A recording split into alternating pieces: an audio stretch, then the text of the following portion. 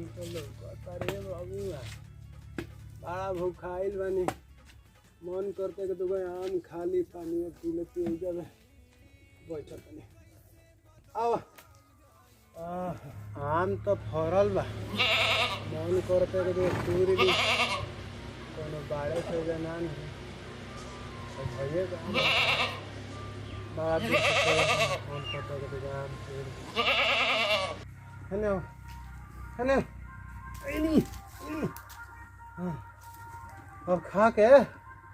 तब चलन जी ठीक। फूका रहो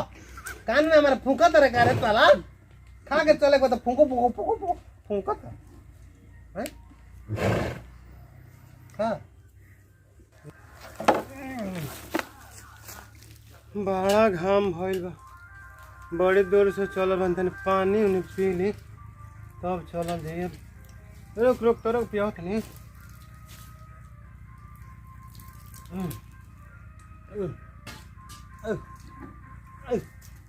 तो पानी पी ले, पी पी पी पी पी पी पी ले पी पी फूट फूट फूट कान में फूट फूट करता रहा पी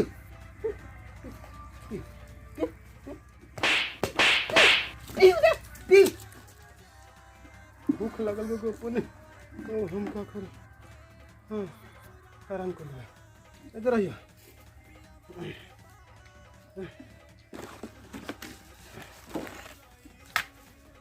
भगवा मारे लगा मावा सुगर भी करता है, भूख लगल।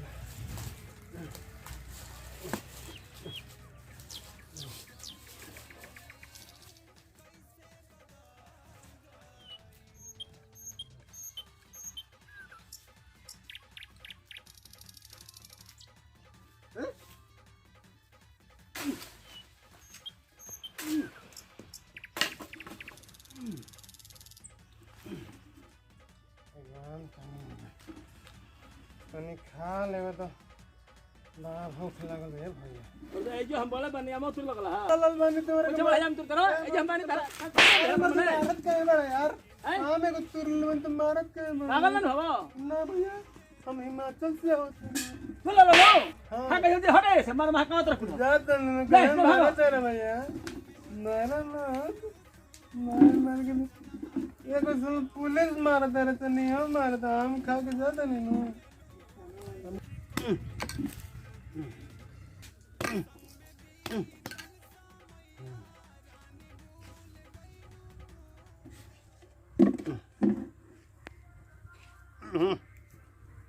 बड़ा खात बा मरबो कोई सब मुँह खात लागता। का करब पानी पी पी के तनी से खा ले तनी कसम। बड़ा खात बा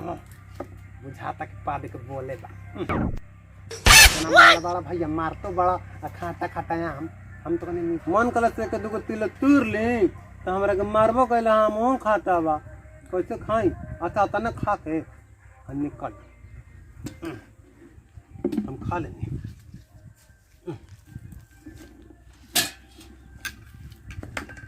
आवा मारकंडे हम खा ला।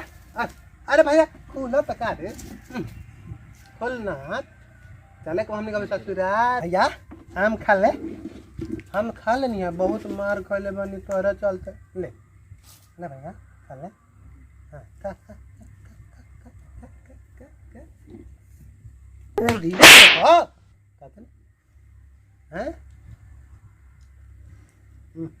मुँह नहीं के धलगा रहे बात आवता फूका दरखान में खो और खाए हैं।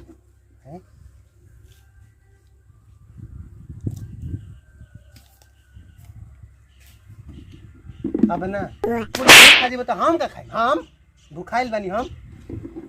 अब ना खाए, अब बैठ अब बाद में खाए। आम तो खा लेनी जा हम में रहे बड़ी मारो मर ले भाई एगो आम खातिया गबर गबर खा तर पेट भर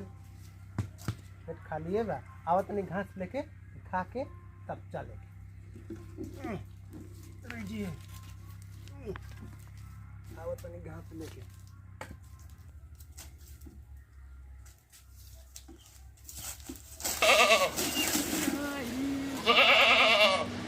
इस सरवा के चक्कर में क्या है ना ए तारा बेटी का जान ले बड़ा घास गोड़े हैं तो गिरा देलस मर दे भाई हेनिया बढ़ी गई ला आवा तनी लेके नु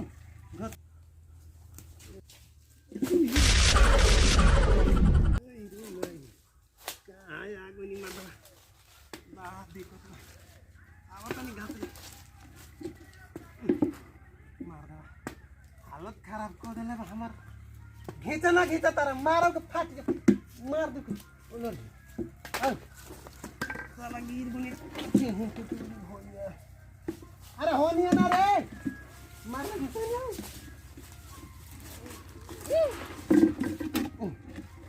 ले गिरा दिला हाँ देखो हाँ ले ले हाँ धीरे पूरा खाओ खो खो रे भैया खो ना तो मुँह जी दे खो खो रे खो रे खो खो रे खो रे खो रे खो रे अरे खाते नहीं गिरे भैया अरे मेरे खाते नहीं गिरे आय आय आय आय आय आय आय आय आय खा रे भैया अरे खा रे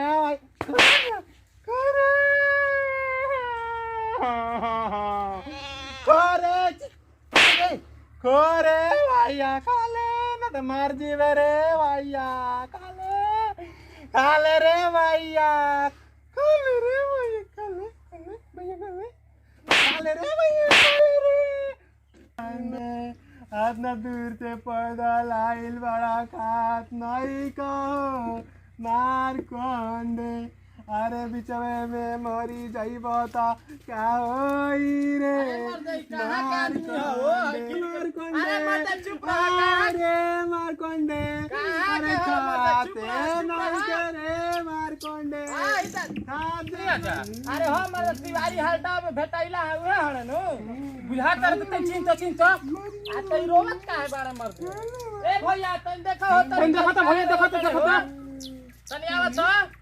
ए भैया तन देखो तन के हो अरे ई तो उहे आदमी हो क्या हम तो मरनी है करके हां काय रो तो ए मतलब तू ही का मार देला ह त ई ऐसन रोवत हुए हाय हो हाय काहे रो तेरो काहे रोतनी हां तुम क्या बताई काहे रोतनी हिमाचल से पैदल हम आवत नहीं जा कहां जेबो गावे गोरनिया करना कोई के मार के भगा देले बड़े से तारा के पुरारे जतनी हो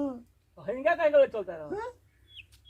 अरे करे बैठ के उतनी कर नाम मार कोंडे पाड़े हो ये गाड़ी ना मिलल हिया ट्रेन में जतन का टिकट नहीं के बस में 2000 तो कोनी अपन मार कोंडे ये पे चढ़ के चल जाई मनो यही पे चढ़ के आइला हां बैठिए बैठ के बताओ ना हां आइल बने पे चढ़ के आम कोई नहीं है कहां जइबो हाय भैया और के मारबो कोइलान कहां जइबो तू हम एकर के हम अपन ससुरारी जाए ससुरारी जइबो हां एकर कोनी के हम मत दिखो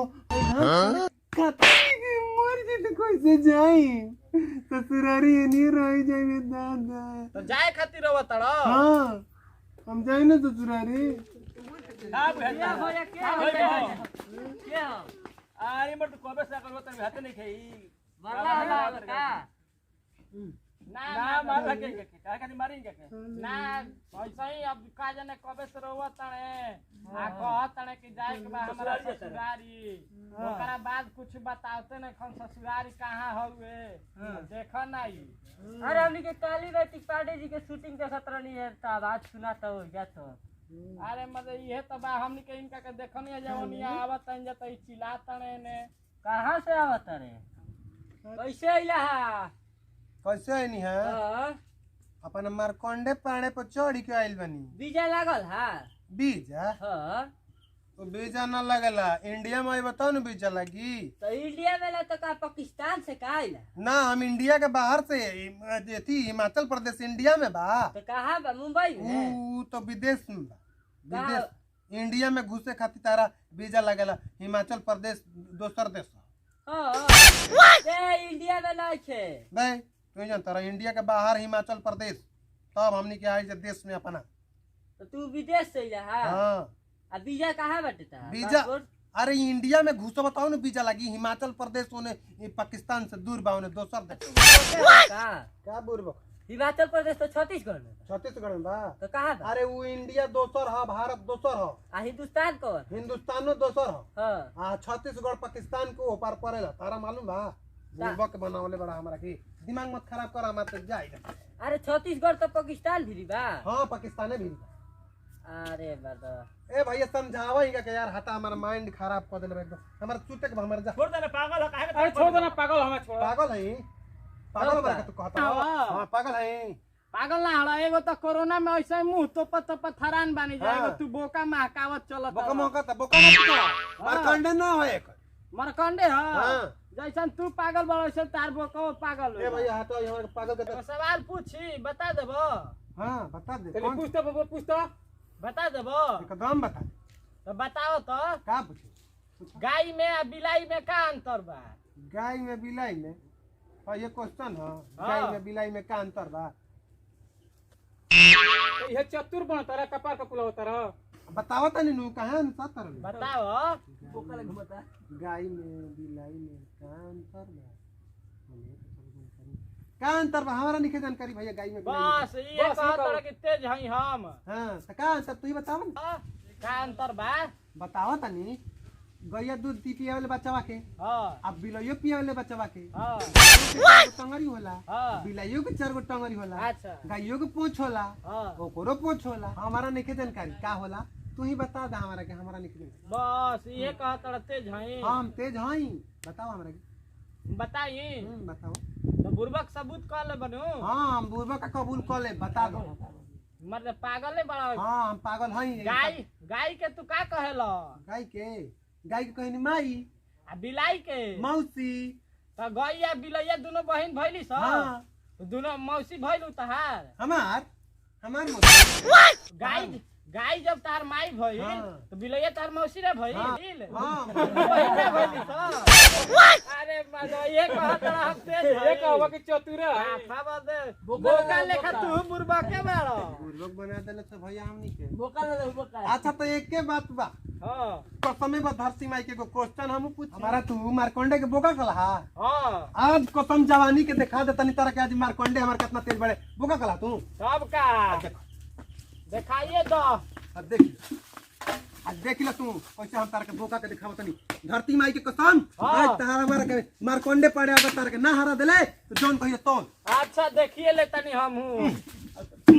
अब भैया देखा है बोका आज लाज लाज राखी देवे के बा धरती माई कसम ठीक का आजा अब हम के देख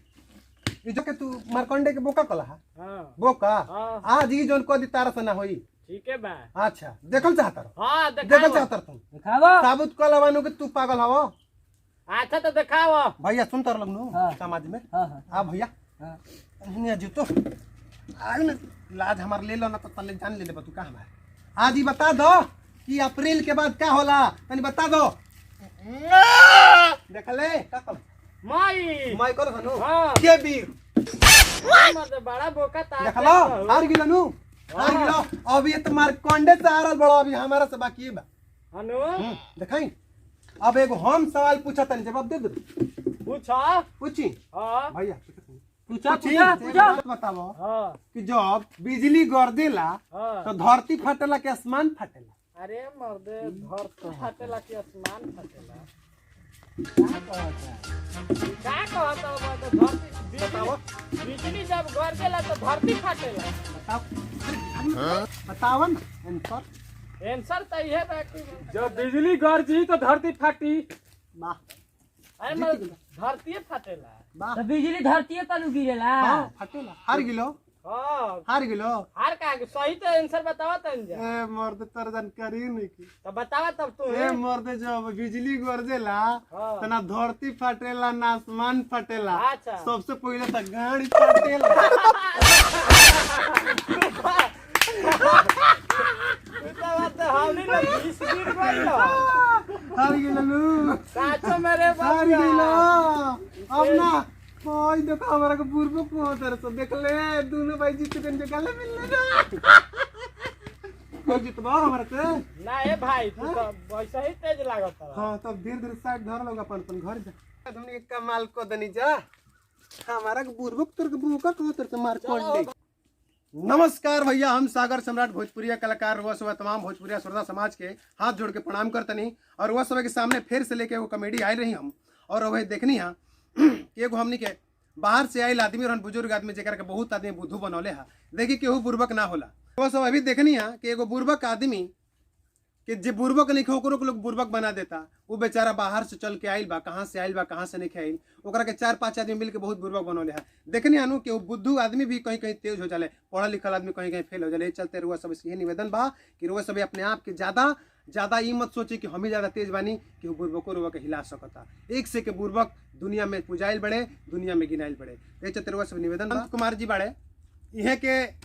वो बैठे रहे जे उनका के बुर्बक बनौनी है, सवाल पूछनी है बिलाई मोसी और गाय के बारे में। लेकिन एगो सवाल से देखला हनु आदमी कैसे हिला दिले है और उनकर बको तेज रहे, इनकर हालत खराब कर दिले है। अब देख ली मिली है अनंत कुमार हमें है चिंटू यादव जी और हमारे यहाँ के बानी हमारे संजय शाह उर्फ माझी जी, यहाँ के भी बहुत बढ़िया रोल निभानी है और यहाँ के भी पूछे में तन माहिर नहीं खी, जबकि बहुत पढ़ा लिखल आदमी लेकिन इनको बुर्बक बना दिले है। वो देख लिया बुद्धू आदमी के। और हमारे प्रियांशु तिवारी यहाँ के क्वेश्चन रहे इहे के आवत तो हमरा के इहे के पैदा कोई नहीं है कि ओकर बोका बुर्बक चनाक हो यो फलाना चिलाना। इहो के समझाओ तनी आदमी से सही से बात करे को सीखो और आराम से पागल के पागल ना समझे के चाहिए, ओकर को हमें से सामान देवे के चाहिए। और हमारे मनीष यादव जी बाड़े और ये राकेश ओझा जी जो उनके हमारे ब्रदर भी बाड़े और बहुत बढ़िया कलाकार भी बाड़े, सहयोग करे हमें खूब बढ़िया से। और ये भी अइले है उनसे दौड़ल खातिर सब लोग बुर्बके बुझल उनका के। दयाशंकर दुबे जी जो उनकी घोड़ी लेके खाड़ बनी है के इहे के 2-4 थाप मार देले बनी आ उहे मारला खुश सब लोग जनता के मरले में रोता, लेकिन मारला में थोड़ी रोता तो अपना बोकावा के खाते नहीं कोई कति रोत रहला और जुराई रहले इहो के सवाल पे सवाल दागो तनी लेकिन केहू से फायदा भइल ना। और वो सबसे ये निवेदन बा कि हमनी के जोन चैनल बा BMP1 म्यूजिक जेकर डायरेक्टर हमार पांडे जी बानी, इहे के सहयोग से हमने के जो भी चैनल पर चढ़ेला वो रोज सभे के नजर में रोज के मोबाइल में हमेशा जाला। ए चलते बढ़िया से बढ़िया कॉमेडी और बढ़िया से बढ़िया वीडियो देखे खातिर रोज सभे लाल बटन के दबाई और वो करके चैनल के सब्सक्राइब करी और हमने के कमेंट जरूर करी कि कहाँ गलती कैले बनी और कहाँ सही कैले बनी और लाइक जरूर करी, शेयर जरूर करी। रोज सभे निवेदन हमने की टीम की तरफ से